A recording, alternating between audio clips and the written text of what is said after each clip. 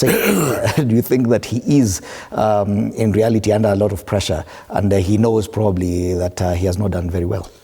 Of course, that's a fact, and I start by agreeing with my colleague, Mr. Nyaribo, that those words that we once spoke, we can't take them back.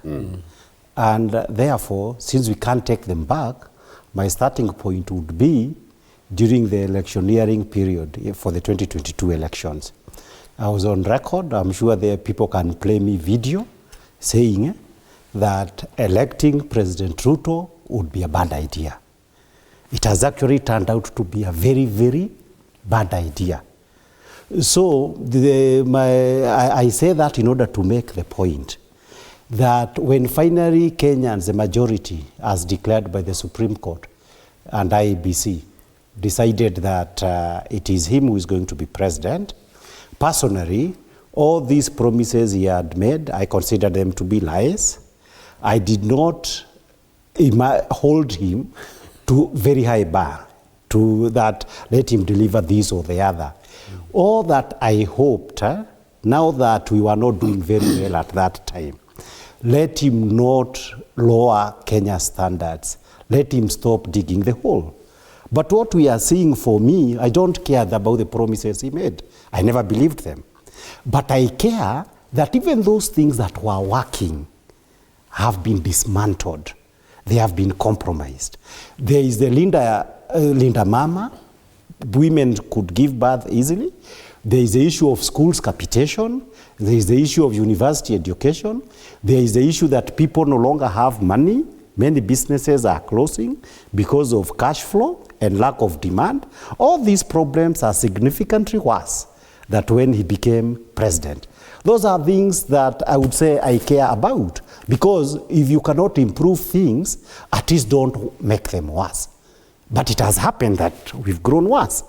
Now, second significant issue is the issue of respect. When you are head of state, it's actually a complete different. It means you are the head of all of us, whether we voted for you or not.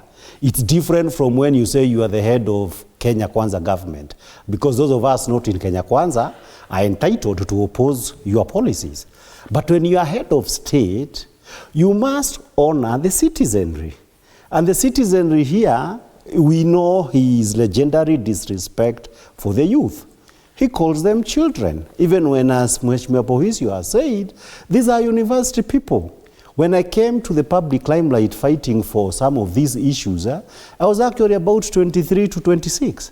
Is when we would go to demonstration, we would write articles in the People Daily newspaper, or People Weekly as it then was, and those other activists and going to demonstrations for a new constitution in 96, 97. We were actually Gen Z, and we knew what we were doing. We wanted a better country, which was finally rewarded when we got the 2010 constitution. So that even those good things like the 2010 constitutions that we have are actually product of the Gen Z of the day.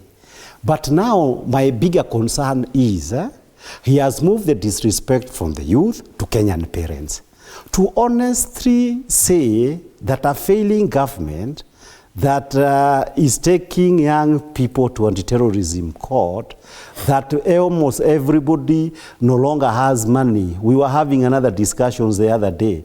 We were saying we work twice as hard to get $1 million nowadays that is used to be in the past. Some of them were mocking and saying we work thrice as much to get 100,000. Things are not okay in Kenya, and that is a fact.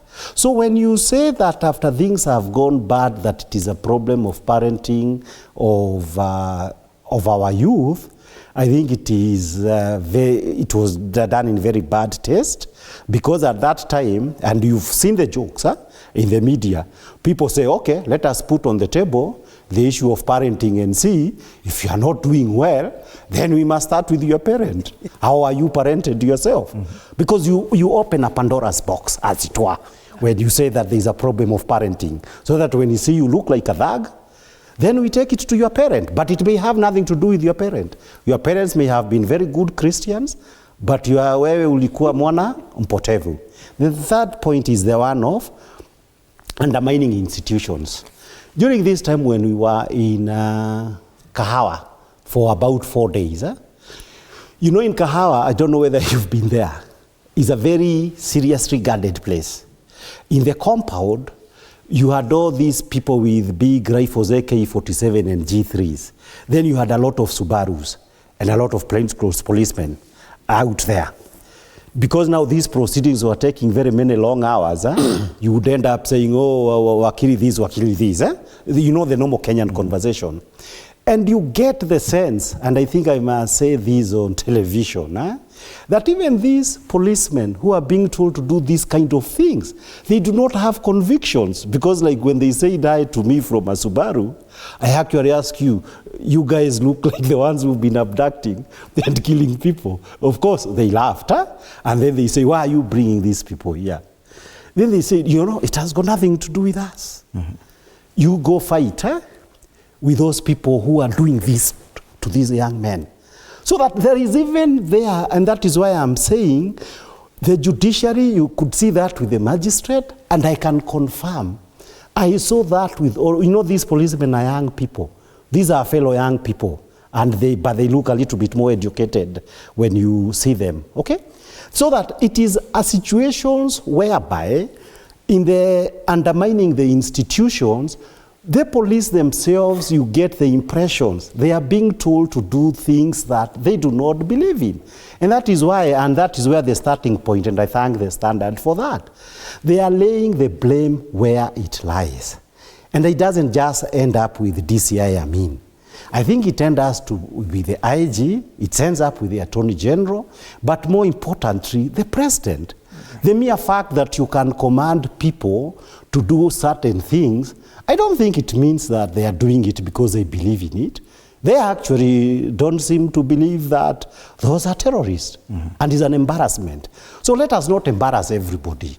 You are embarrassing the youth by letting them down. You are now embarrassing parents. Then you are making the police to swear false affidavits. They know who did all these things. And you are making them swear false affidavits that it is protesters who raided. But Kibe, I don't know if you asked Kibe if he could, I don't know, when he was talking about